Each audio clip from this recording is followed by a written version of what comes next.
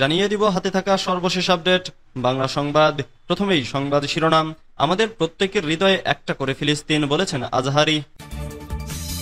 এরপর জানিয়ে দিব আওয়ামী লীগ নেতার বিরুদ্ধে জমি দখল চেষ্টার অভিযোগ। এদিকে বাংলাদেশের সব মানুষ ফিলিস্তিনিদের পাশে আছে, বলেছেন শায়েখ আহমদুল্লাহ। আরো জানিয়ে দিব ফিলিস্তিন স্বাধীন না হলে মুসলমানরা শাহাদাতকেই বরণ করে নেবে, বলেছেন সেলিম উদ্দিন। সর্বশেষ জানিয়ে দিব টানা 5 দিন বৃষ্টির আভাস। এতক্ষণ শুনছিলেন সংবাদ শিরোনাম, এবারে বিস্তারিত। আমাদের প্রত্যেকের হৃদয়ে একটা করে ফিলিস্তিন, বলেছেন আজহারি। শেষ হয় মার্চ ফর গাজা কর্মসূচি। শনিবার বিকেল 4:45টার দিকে মোনাজাত শুরু হয়ে শেষ হয় 4টার দিকে। মোনাজাত করেন জাতীয় মসজিদ বাইতুল মোকাররমের খতিব মুফতি আব্দুল মালেক। ফিলিস্তিনের পক্ষে কয়েক লাখ লোক এ কর্মসূচিতে অংশ নেয়। এর আগে পবিত্র কুরআন তেলাওয়াতের মাধ্যমে সোহরাওয়ার্দী উদ্যানের এ কর্মসূচির সূচনা হয়। জনগণকে স্লোগানে উৎসাহ ও বক্তব্য দেন আসুন্নাহ ফাউন্ডেশনের চেয়ারম্যান শায়েখ আহমদুল্লাহ ও Islamic scholar doctor Mizanur Rahman Azhari. এ সময় মুফতি রেজাউল করিম আবরারের উপস্থাপনায় বক্তব্য দেন অনেকে। শনিবার বিকেল 3:15টার দিকে মাইকে উঠে জনতার উদ্দেশ্যে বক্তব্য দেন আজহারি। তিনি স্লোগান তোলেন, আমার ভাই শহীদ কেন, জাতিসংঘ জবাব চাই।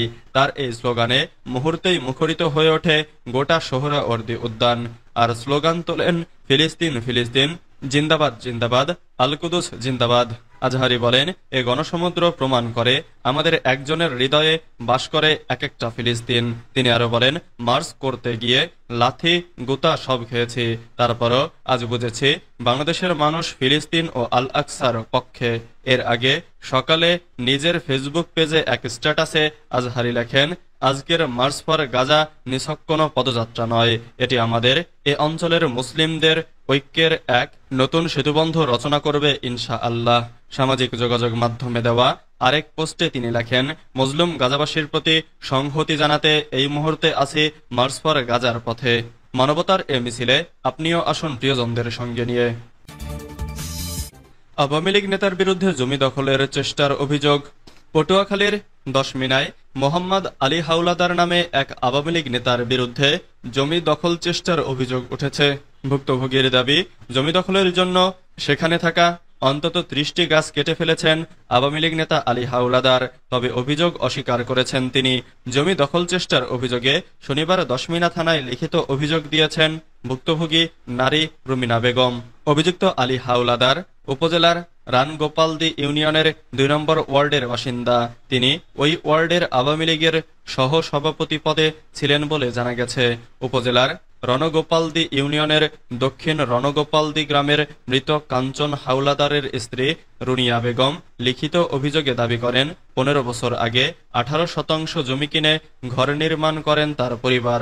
সম্প্রতি আলী হাওলাদার লোকজন জমিটির মালিকানা দাবি করে সেটি দখলের চেষ্টা চালান। জমির লাগানো অন্তত 30টি গাছ কেটে ফেলেন। এরপর পাশাপাশি ভুক্তভোগীকে হত্যার হুমকি ও ভয়ভীতি দেখান। এর জেরে হাওলাদারকে প্রথম আসামি করে 3 জনের নামে 10 মিনা থানায় লিখিত অভিযোগ দিয়েছেন। বাংলাদেশের সব মানুষ ফিলিস্তিনিদের পাশে আছে, বলেছেন শায়েখ আহমদুল্লাহ। বাংলাদেশের সব দল মত চিন্তা দর্শনের মানুষ ফিলিস্তিনিদের পাশে আছে বলে মন্তব্য করেছেন আসুন্নাহ ফাউন্ডেশনের প্রতিষ্ঠাতা ইসলামী আলোচক শায়েখ আহমদুল্লাহ। শনিবার রাজধানীর সোহরাওয়ার্দী উদ্যানে মার্চ ফর গাজা কর্মসূচিতে অংশ নিয়ে একথা বলেন তিনি। আহমদুল্লাহ বলেন, আমরা এক কাতারে দাঁড়িয়ে আজ বিশ্ববাসীকে দেখিয়ে দিতে চাই আমাদের মধ্যে বিভিন্ন চিন্তা মতগত পার্থক্য ভিন্নতা থাকতে পারে, কিন্তু মজলুম ফিলিস্তিনিদের স্বাধীনতা ভূমির অধিকারের দাবিতে আমরা প্রত্যেকটা বাংলাদেশের মানুষ ধর্ম বর্ণ নির্বিশেষে আমরা প্রত্যেককে তাদের সঙ্গে সংহতি প্রকাশ করেছি। এদিন বিকেল 3টার পর পবিত্র কোরআন তেলাওয়াতের মাধ্যমে কর্মসূচি শুরু হয়। তেলাওয়াত করেন ইসলামিক স্কলার আহমদ বিন ইউসুফ। এরপর প্যালেস্টাইন ও গাজা নিয়ে একটি ডকুমেন্টারি প্রদর্শন করা হয়। মঞ্চে উপস্থিত হন বাইতুল মোকাররমের খতিব মাওলানা মোহাম্মদ আব্দুল মালেক। তিনি গণজামায়াতের সভাপতিত্ব করেন। মার্চ ফর গাজা কর্মসূচি থেকে ঘোষণাপত্রের মাধ্যমে জায়নবাদী ইসরায়েলের গণহত্যার বিচার আন্তর্জাতিক আদালতে নিশ্চিত করা, যুদ্ধবিরোধী নয়, গণহত্যা বন্ধে কার্যকর সম্মিলিত পদক্ষেপ গ্রহণ করার দাবি জানানো হয়েছে। পাশাপাশি 1967 সালের পূর্ববর্তী ভূমি ফিরিয়ে দেওয়ার জন্য বাধ্যবাধকতা তৈরি করতে জাতিসংঘ সহ আন্তর্জাতিক সম্প্রদায়ের প্রতি আহ্বান জানানো হয়েছে। এটি পাঠ করেন আমার দেশ পত্রিকার সম্পাদক মাহমুদুর রহমান। তিনি বলেন, আল্লাহর নামে শুরু করছি, যিনি পরাক্রমশালী, যিনি ন্যায় বিচার প্রতিষ্ঠা করেন, যিনি মজলুমের পাশে থাকেন এবং জালিমের পরিণতি নির্ধারণ করেন। আজ আমরা বাংলাদেশের জনতা যারা জুলুমের ইতিহাস জানি, প্রতিবাদের চেতনা ধারণ করি, আজকে আমরা সমবেত হয়েছি মৃত্যু ভয়হীন ফিলিস্তিনের গাজার জনগণের পাশে দাঁড়াতে। ফিলিস্তিন স্বাধীন না হলে মুসলমানরা শাহাদাতকে বরণ করে নেবে বলেছেন সেলিম উদ্দিন।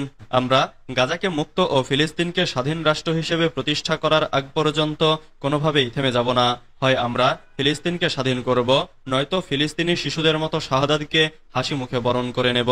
ফিলিস্তিন স্বাধীন না হলে মুসলমানরা শাহাদাতকে বরণ করে নেবে বলে মন্তব্য করে বাংলাদেশ জামাতে ইসলামীর কেন্দ্রীয় নির্বাহী পরিষদ সদস্য ও ঢাকা মহানগরী উত্তরের আমির মোহাম্মদ সেলিম উদ্দিন বলেছেন, সকল প্রকার যুদ্ধনীতি ও আইন লঙ্ঘন করে বিশ্বের সবচেয়ে ঘৃণিত মহাশয়তান নেতানিয়াহু গাজায় ইতিহাসের বর্বরতম গণহত্যা ও নির্মম মানবতাবিরোধী অপরাধ চালিয়ে যাচ্ছে। শনিবার 12 এপ্রিল রাজধানীর সোহরাওয়ার্দী উদ্যানে মার্চ ফর গাজা কর্মসূচিতে অংশ নেয়ার আগে বিশাল জমায়েতে তিনি এসব কথা বলেন।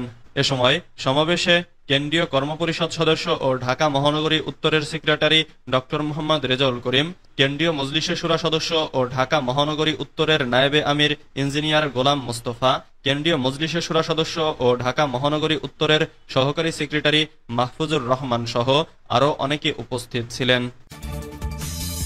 টানা 5 দিন বৃষ্টির আভাস। আবহাওয়া অধিদপ্তর জানিয়েছে, আগামী 5 দিন ধরে দেশে টানা বৃষ্টিপাত হতে পারে, ফলে সারা দেশে তাপমাত্রা কিছুটা কমে যাওয়ার সম্ভাবনা রয়েছে। শনিবার আবহাওয়াবিদ AKM নাজমুল হক স্বাক্ষরিত এক পূর্বাভাসে এ তথ্য দেওয়া হয়। পূর্বাভাসে বলা হয়, আগামী 5 দিন দেশের বিভিন্ন অঞ্চলে দমকা হাওয়া সহ বজ্রসহ বৃষ্টি হতে পারে। সেই সঙ্গে বজ্রপাতের প্রবণতাও থাকবে এবং দিনের ও রাতের তাপমাত্রা হ্রাস পেতে পারে।